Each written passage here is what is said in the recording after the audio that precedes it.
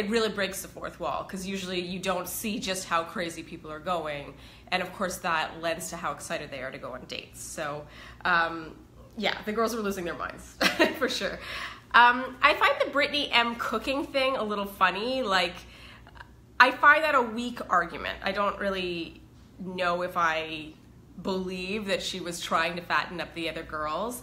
And she's right, let's say she was, like, there is an element of self-control, you know, you don't have to eat everything she's making. I just don't really know if I believe that she would have take the energy to, you know, purposely make fattening or high sugar foods to feed the other girls. I don't know, it's just a little far-fetched. I'm not saying it's impossible, she does seem a little out there, but yeah, I don't know if I saw that happening. I appreciated Michaela opening up to Chris about being a former, you know, overweight child, or I guess she was in high school when she was overweight.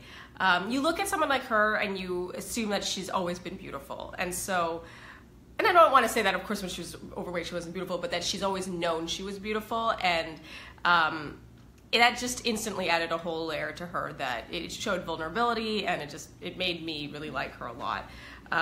It just made me see her differently. Meanwhile, Stacy is a little, it's sort of like reversed what I thought. I thought Michaela was the kind of girl who was like, who knew how, you know, beautiful she was. Meanwhile, I thought Stacy seemed a little more like, modest doesn't really cover it, but I'll put it this way. I feel like Stacy's very poker-faced and very confident, and I get the feeling that she does know how beautiful she is, and so it's sort of like the reverse of what I thought Michaela was going to be a bit more like that. Stacy got a kiss, but I wasn't exactly sexy, I didn't think, but that said, it was a huge step forward for Stacy. And since Stacy was an early pick of mine, I was like, yay! And then poor Megan, I feel like Megan has such low self-esteem, or like low, like just that core confidence, especially for her age, that it's a little painful to watch how upset she gets, especially this early when she doesn't get the rose or doesn't get the validation. But that said, I really feel like Chris shines. Like, because I have my issues with Chris, you guys know this. I haven't yet seen that, like, real personality. That said, how his kindness towards the women really does stand out, and it really did with Megan.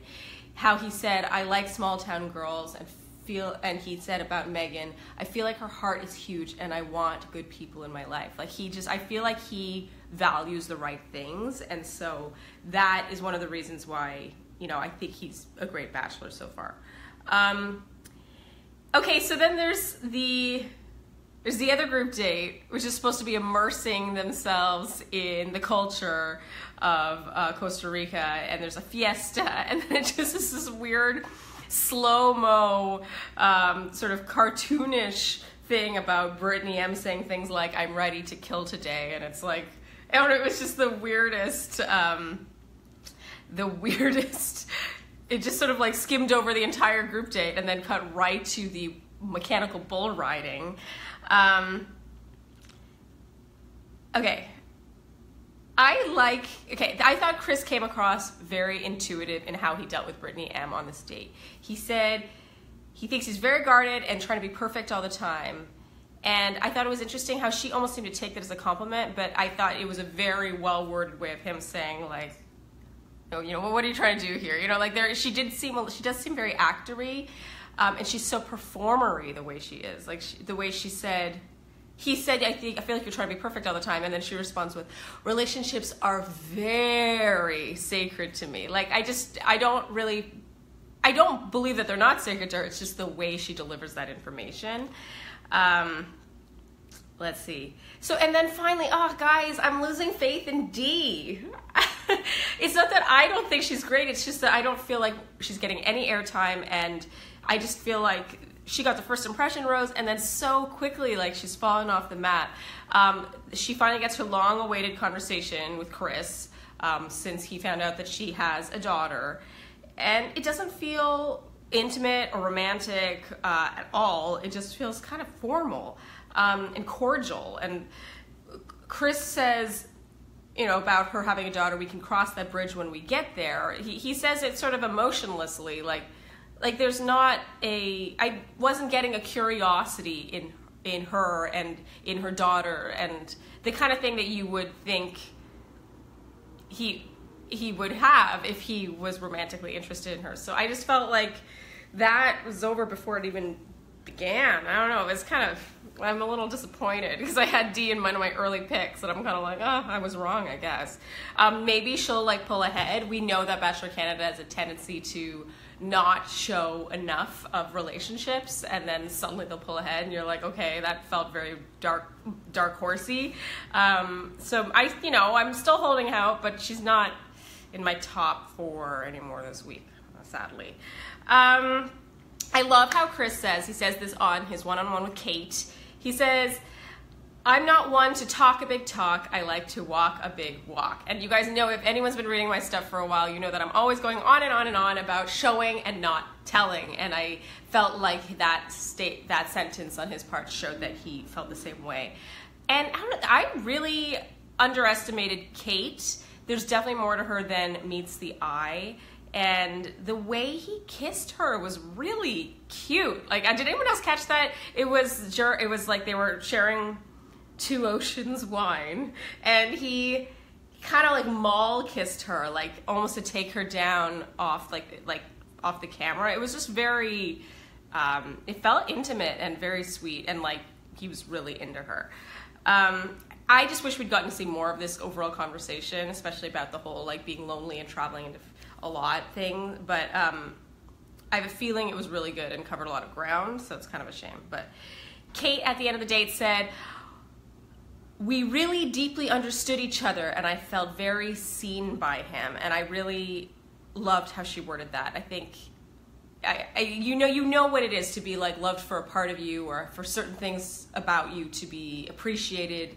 But there's something about being completely seen, like every part of you, and I felt like I feel like Kate is very intelligent, and the things she values in a partner are the right things. So she came really to the top of my list. I mean, I really, really like her. Okay, so we're back now at the rose ceremony, and clearly Michaela should not have fought for time with Chris. That said, I'm not defending her because I always think that's a no-no. But that said, I can't help but think that it was a producer push to have Noah Cap like come in and be like, okay, it's rose ceremony time, because obviously by cutting the one-on-one times short, you're immediately making what she did like a massive transgression instead of just taking 5 minutes of his time. Like suddenly she stole someone else's time that didn't get time. So that felt like, though, I don't really feel like Bachelor Canada is that producery a lot of the time. It doesn't feel that produced or necessarily like there are puppet strings being pulled, but that was one time I was like, okay, that's a little convenient. Everyone's mad at Michaela for stealing time, and then suddenly there is no more time. So that's one thing that stood out to me. So yeah, that's it for episode 3. Nothing too crazy. I mean, I feel like they're really pushing Brittany M as being this big villain, but right now I kind of see her as being good TV. She's not mean to anyone. She's just sort of being competitive and saying things like, I think the girls are underestimating me. Like, okay, she's not bad. But that said, I feel like she's in on it. She's not, I don't think that her mistakes are being not self-aware or trusting the producers or anything. I feel like she's fully aware of what she's doing and the edit that her actions would get her. So it's not that frustrating to watch. She's actually a very enjoyable villain to watch, I think. Anyway, let me know what you guys think in the comments. I always love reading your comments and the discussions. I have a few questions to answer from you guys. Let's see. Okay, Sarah T asks, you mentioned in today's recap that you think aggressively seeking time at the cocktail party when you already have a rose is a no-no. Why do you think contestants employ this approach? It just makes everyone hate them. Okay, so I actually had a conversation with Nick about this, not like I'd say in the last 6 months or so, where we just did not see eye to eye on this. He was like, what's the big deal? I don't, like, having a rose is this is a very Nick argument. Having the rose is irrelevant. And, you know, if I want time with her, I want time with her. It has nothing to do with anyone else. And, like, on one hand, I can see that. But on the other, I just think that you have to live with these people. And it does not cost you anything to just to be extra considerate, especially since it's going to come around to your living experience, how good a time you have. So maybe this is very Canadian of me to feel that way. I just think that it's not worth it. Like, the extra 5-10 minutes, you're not going to delve so deep that it made it worthwhile, like, to ruffle all those feathers. That's what I think. Anyway, Laura asks, Chris seems hung up on Lindsay's age. Have any other Bachelor couples overcome a major age difference? I can't think of any off the top of my head. Laura, neither can I.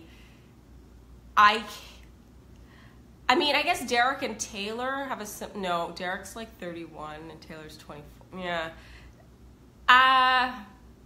Oh, Ashley Hebert and JP? I'm not sure. I feel like that might be a close to 10-year age difference. But I also think that it happened later. Like, I think she might have been 26 and he was like 36 or something. Yeah, I'm sorry. I'm having a hard time. And let me know in the comments if you think of any. And Jody asks, what is the most important item to pack when going on a Bachelor journey?